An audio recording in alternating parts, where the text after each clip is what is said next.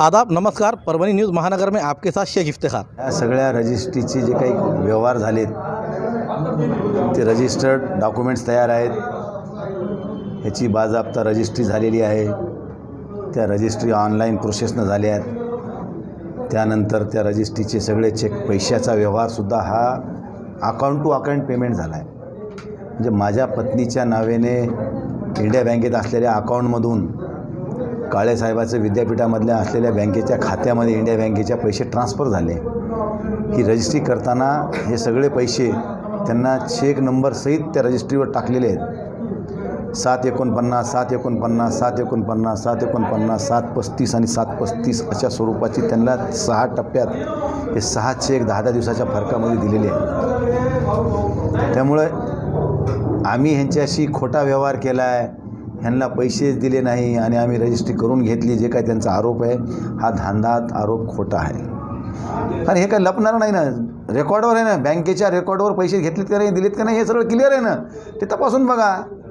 आणि रजिस्ट्री कार्डात तुम्ही स्वतः आलतात आणि विशेष म्हणजे ती व्यक्ती आणखीन काही गेली नाही, जिवंत आहे ती व्यक्ती, काही एखादी अडाणी व्यक्ती नाही, विद्यापीठामधले रिटायर्ड प्राध्यापक आहेत। आणि हा सगळा व्यवहार पारदर्शी झालेला असताना त्यांच्या कुटुंबातल्या व्यक्तींनी म्हणायचं की आम्हाला पैसे भेटले। मी कुठं म्हणलं तुम्हाला पैसे दिले म्हणून? मी पैसे काळेसाहेबाच्या अकाउंटला ट्रान्सफर केले, माझ्या मिसेसच्या अकाउंटहून। हे असा व्यवहार झालेला आहे। त्यानंतर 15 दिवसांनी फेरसाठी जाहीर प्रकटन निघालं, 15 ते 20 दिवसानंतर फेर तयार झाला, सातबारा तयार झाली, होल्डिंग तयार झाली, तोपर्यंत तुमचा आक्षेप नाही आहे। बरं, तुम्हाला पैसे स्वीकारच नव्हता तर तुम्ही अकाउंटमधले पैसे ट्रान्सफर करून घ्यायचेच नाही, तुम्ही सगळे व्यवहार केलेत आणि आता म्हणता की आम्हाला पैसे भेटले नाही। भेटले का नाही म्हणते, ह्याची सखोल चौकशी व्हावी। बघितलं का त्यांनी फक्त रजिस्ट्रीमध्ये चेकद्वारे मी पैसे देतोय असं नोंद केली आहे, जेव्हा की रजिस्ट्री करताना कॅश अमाऊंट हातात द्यायला पाहिजे ती तशी दिलेली नाही आहे। वडिलांना विचारल्यानंतर त्यांनी सांगितलं मला काही अमाऊंट मिळाली नाही, परंतु त्यानंतर काही दिवसांनी त्यांनी माझ्या वडिलांच्या अकाउंटवर पैसे टाकायला सुरुवात केली। जेव्हा आम्हाला हे सगळं प्रकरण कळालं त्यानंतर त्यांनी अमाऊंट त्यांच्या अकाउंटला टाकायला सुरुवात केली चेकद्वारे। आणि त्यातला एक चेक तर त्यांनी असं केलं की चेक टाकायचा आणि वडिलांना घेऊन जायचं तिथे आणि विड्रॉल करून घ्यायचा। मी विचारलं त्यांना की ही काय प्रोसिजर आहे, तर त्यांनी मला क्लिअर सांगितलं की मी माझा ब्लॅकचा व्हाईट करून घेतो आहे, काही नाही आहे दुसरं।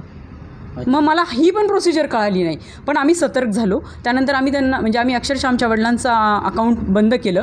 बंद म्हणजे आम्ही तिथं अर्ज दिला की इथं कुठलेही चेक जमा करण्यात येईल, पण तोपर्यंत त्यांनी आणखीन 3 चेक जमा केले होते। म्हणजे एकंदरीत म्हणजे त्यांना तुमच्याकडे पैसेच कोणते भेटले नाही, फक्त चेकाद्वारे। हो, आणि त्यांना मला असं वाटतं की त्यांना ते प्रूव्ह करायचं होतं की मी ह्यांना अमाऊंट दिलेली आहे, म्हणून ते नंतरचे चेक त्यांनी जमा केलेले आहेत। आम्हाला हे दिवाळीच्या अगोदर 8 दिवस जेव्हा की जोपर्यंत त्यांची रजिस्ट्री झालेली होती, रजिस्ट्री झालेली कळाली त्यानंतर आम्ही त्यांना भेटायला गेलो की बाबा हे तुम्ही परस्पर रजिस्ट्री कसं काय करून घेतली। वडिलांना विचारलं, वडील म्हणले हो रजिस्ट्री झाली आहे। तर आम्ही डायरेक्ट मग बंडू जाधव यांना भेटायला गेलो। भेटल्यानंतर ते म्हणले हो रजिस्ट्री झाली आहे। मग आमच्या आईंनी विचारलं की तुम्ही रजिस्ट्री कसं काय केली, आमच्या सह्यांची गरज नाही आहे का, मग आमची तर कुणाच्या सह्या नाही आहे त्याच्यावर। तर त्यांनी स्पष्ट वाक्यात सांगितलं काय गरज आहे तुमच्या सह्यांची, काही संबंध नाही, तुमचा काही संबंध नाही असं बोलणं म्हणल्यानंतर मग आम्ही कोण आहेत हा प्रश्न आहे मोठा। जर आम्ही हे म्हणतात की तुमच्या सह्यांची काही गरज नाही, काय गरज आहे तुमच्या सह्यांची, ताई म्हणे असं कसं। मग आम्ही पण म्हटलं की आमच्या वडिलांनी आम्हाला सांगितलं नाही, तुम्ही तरी सांगायला पाहिजे होतं, तुम्ही घरच्यासारखे होतात। स्वप्नील गेल्यानंतर त्यांचं वाक्य होतं मला स्वप्नीलच्या जागेवर धरा आणि काहीही कमी पडलं तर माझ्याकडे या। मग सांगा, आज आम्ही त्यांना आधारस्तंभ मानत होतो, मोठ्या भावाच्या जागेवर मानत होतो। आणि हे कळाल्यानंतर जेव्हा आम्ही शॉक झालो इतकं की त्यांना विचारल्यानंतरही त्यांनी हे वाक्य वापरल्यानंतर मात्र मग आम्हाला दुसरा पर्याय नव्हता, आम्ही सरळ हे लिगल मॅटर केलं त्याच्यावर आम्ही। आणि कुठंही माझ्या वारसदारांच्या सह्यात येतात का रजिस्ट्रीवर नाहीत, माझी रजिस्ट्री कोणालाही त्यांनी ह्याच्यात घेतलेलं नाही। आम्ही हे त्यांना विचारलं की असं तुम्ही का आम्हाला आमच्या कोणाचं, मला काय गरज आहे मला कोणाची सह्या घ्यायची, मग माझ्या पुढे कोण येतो बघतो, ही त्यांची अशी भाषा अरेरावीची होती। त्यामुळे आणि आम्हाला ह्या मार्गाला यायचं नव्हतं सर, पण त्यांनी ह्या मार्गाला यायला भाग पाडलं संजय जाधवनी। आम्ही त्यांनी जर आम्हाला आले असते बोलले असते आपण काय, तर आम्ही 3 वेळेस त्यांना रिक्वेस्ट केली सर असं करू नका तुम्ही, आपण काय तुमचं तर आपण हे करू, पण त्यांनी सांगितलं नाही मी 10चे 20 दिले तरी मी सोडणार नाही, ही जमीन मी सोडणार नाही। असं आम्ही तुम्ही पैसे घेतलेले आहेत आणि खरं आम्ही पैसे घेतलेले नाहीत, म्हणजे पैसा आम्हाला मिळालेलाच नाही, मग पैसा गेला कुठं। तर हे आज त्यांनी ते शोधून काढावं. पैसा त्यांनी दिला आहे का? आम्ही तर सरळ आमच्या हातात पैसा आला ना. Subscribe now and press the bell icon. Never miss an update. तुम्ही सगळे व्यवहार केलेत आणि आता म्हणता की आम्हाला पैसे भेटले का नाही म्हणते. ह्याची सखोल चौकशी व्हावी, मी या मताचा आहे. मी SP साहेबाला ही रिक्वेस्ट केली, IG साहेबाला केली की बाबा हे मी त्यांना व्यवहार केलेले आहेत आणि हे सगळे व्यवहार उचित आहेत की नाही, तुम्ही ह्याची जरा पोलिसांमार्फत तपास करा. परत आणि मग जेव्हा आम्ही इथे राहायला आलो तेव्हा बंडू जाधव यांच्या पत्नी क्रांती जाधव यांनी आमच्या विरुद्ध पूर्णा पोलीस स्टेशनमध्ये तक्रार दिली की आम्हाला ह्या ज्या 4 महिला आहेत त्या वहितीमध्ये अडसर करत आहेत आणि त्यासाठी मुळे मध्ये येण्यासाठी हो ना. आणि म्हणजे तिथले जे आहेत मुळे म्हणून पूर्णा पोलीस स्टेशनचे, तर त्यांनी API त्यांनी आम्हाला म्हणजे फोन केला, तुमच्या विरुद्ध तक्रार आली आहे. आम्ही जेव्हा पूर्णा पोलीस स्टेशनला गेलो आणि त्यानंतर परत दुसऱ्या वेळेस PI भूमे आणि API मुळे हे स्वतः इथे आले शेतामध्ये आणि आम्हाला सांगितलं की तुम्ही बेकायदेशीररित्या इथे राहत आहात, तुम्हाला इथे राहण्याचा अधिकार नाही. मग जेव्हा आम्ही म्हटलं की ही आमची वडिलोपार्जित जमीन आहे, आम्ही इथे वारसदार आहेत, तर ते आम्हाला PI भूमी म्हटलं की ते म्हणाले की ही जमीन ह्याला काही तुमच्याकडे पुरावा आहे का?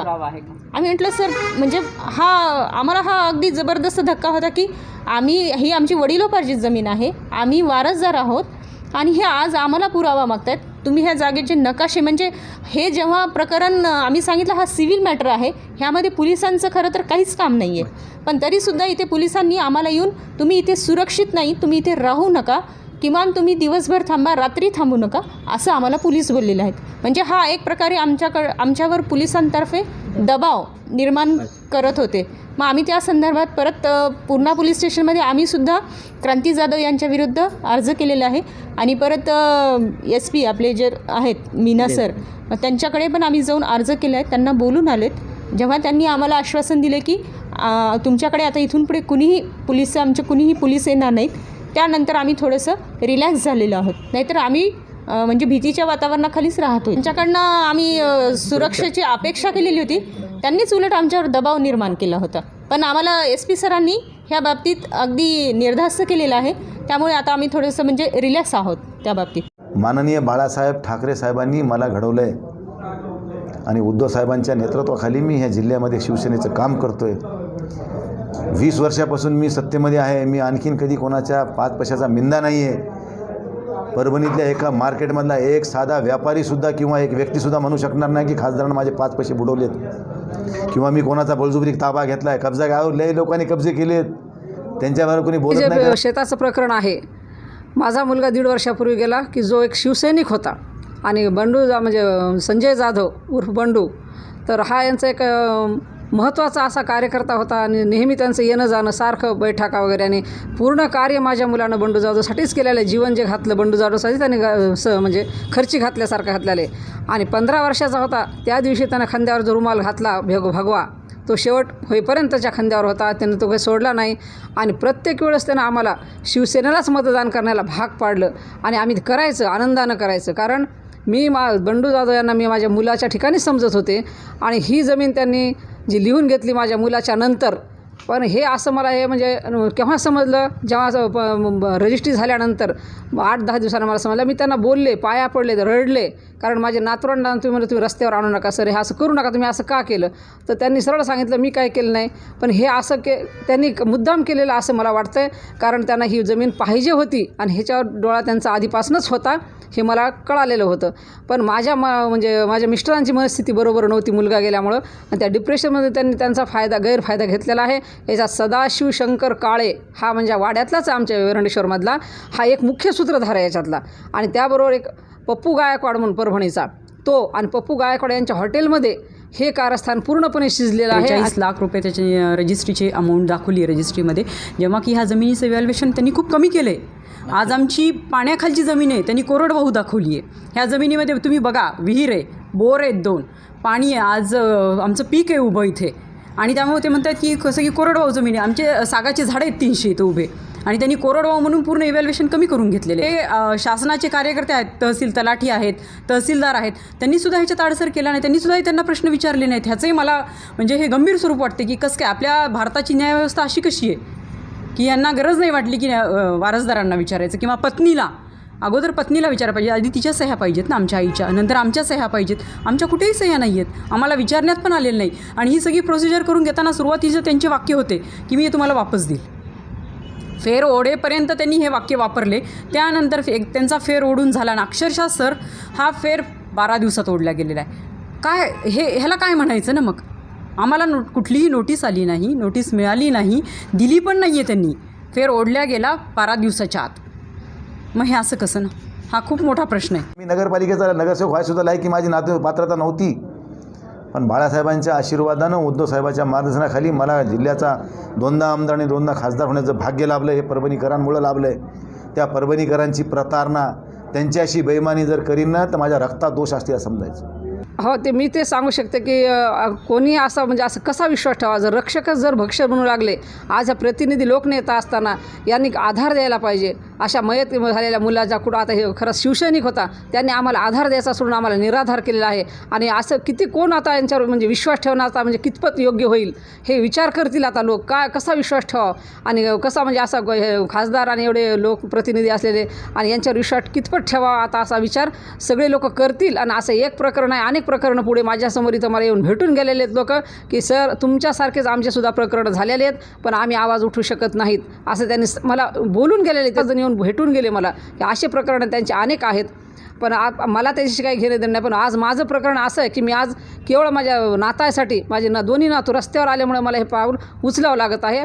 आणि मी हेच पुन्हा पुन्हा सांगेल की जे कोणी असतील अशा याच्यात अडकले असतील त्यांनी मातोश्रीपर्यंत जाण्याचा प्रयत्न करावा आणि आपल्याला न्याय मिळवून घ्यावा हे मी त्यांनाही सांगेल. आणि असं एक मला वाटतं की संजय जाधव यांनी असे प्रकरणं पुन्हा जीवनात तरी करू नयेत, कारण असं बेसहारा कोणाला करू नये. एक शिवसैनिक आणि ज्या एक निष्ठावंत शिवसैनिक माझा मुलगा होता, त्याच्या बाबतीत जर असं घडत असेल तर इतरांची काय कथा आहे असं मला वाटते. ते असं आणि हेच मला मुख्यमंत्र्यांनासुद्धा हेच मी पुन्हा पुन्हा सांगणार आहे की या आम्हाला इथे न्याय मिळाला पाहिजे. कारण माझं सत्य असून सुद्धा तुम्ही त्याला असं ते दाखवायचा प्रयत्न करता. खासदारांना लुबाडलं, लुटलं. अरे एका बाजारचा भाजीपाला आहे काय घेऊन फेकून दिला नेऊन कुठं? माझा रजिस्टर्ड डॉक्युमेंट आहेत, पेमेंट चेक न केला आहे, 7/12 आहे, होल्डिंग आहे. अरे मला रजिस्टर्ड ताबा दिला आहे. बरं ज्या व्यक्तीनं मला ताबा दिला आहे, ज्या व्यक्तीनं मला रजिस्ट्री करून दिली आहे, ज्या व्यक्तीला मी पैसे दिले, ज्या व्यक्तीनं पैसे घेतले, ती व्यक्तीला समोरच येऊ देत नाहीत. त्या काळेसाहेबाला समोर आणावं. हो, रक्कम त्यांनी दाखवलेली आहे. तर 45 लाख अशी रक्कम त्यांनी त्याचं रजिस्ट्रीमध्ये दाखवलेली आहे.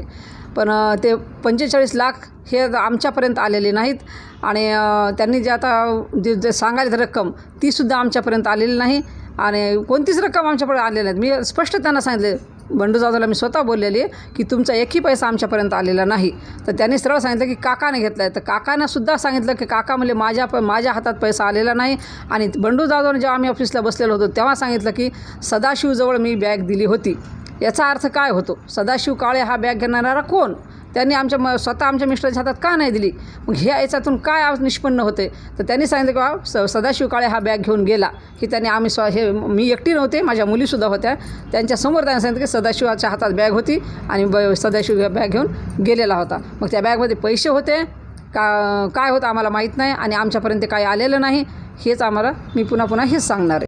आणि त्या महिलांचं त्यांच्या म्हणणं आहे की आमच्या नार्को टेस्ट करा, आम्हाला पैसे तुम्हाला पैसे भेटायचे का नाही भेटायचे? काळेसाहेबाला विचारा ना. काळेसाहेबाची नार्को टेस्ट करा आणि त्यांच्या घरच्याच्या नार्को टेस्ट करा. काळेसाहेबांनी कोणाला पैसे दिले आणि ह्यांना दिले का नाही दिले आणि ह्यांनी घेतले का नाही ह्यांना विचारा. जर माझ्या बाबतीतला विषय असेल तर माझी नार्को टेस्ट करा आणि काळेसाहेबाची नार्को टेस्ट करा. मी त्यांना पैसे दिलेत का नाही आणि त्यांनी घेतलेत का नाही समोर क्लिअर होईल ना. मी कुठल्याही चौकशीला समोर यायला तयार आहे. एवढं आम्ही म्हणू शकतो की संजय जाधव जरी आमच्या पुढे आला तर आम्ही सांगा आमची नार्को टेस्ट करा. नार्को टेस्टमध्ये जर तुम्ही त्यांना सरळ समजणार आहे की नार्को टेस्ट केल्यानंतर हे सगळं बाहेर येईल, तर मी ते पण त्यांना विनंती करेन करा आमची नार्को टेस्ट. आम्ही याला घाबरत नाहीत, कारण आम्ही स्वच्छ आहेत, सत्य आहेत आणि माझी बाजू सत्याची आहे.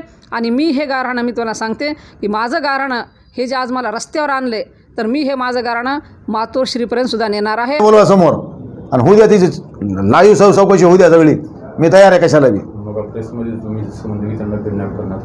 किडनॅप नाही, त्यांच्या घरच्यांनी नेऊन ठेवले मुलीच्या सासरवाडीत सुरुवातीला. आता कुठं तिथून शिफ्ट केले त्यांना माहीत. तुम्ही व्यवहार माझ्याशी केलेला नाही, तुम्हाला माझ्याविषयी बोलण्याचा नैतिक अधिकार नाही.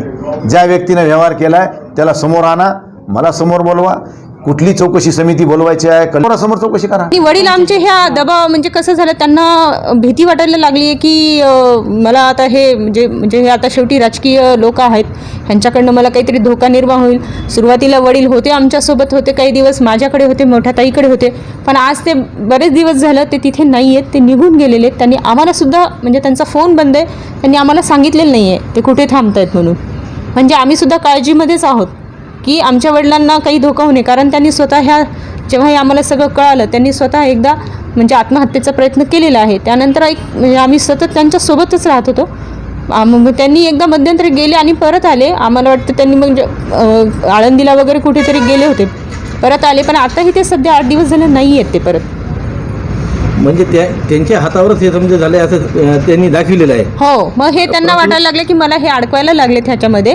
आणि आमचे वडील भिडस्त स्वभावाचे, म्हणजे असं बोलू नाही शकत कुणाला असं पटकन, घाबरतात ते लोक.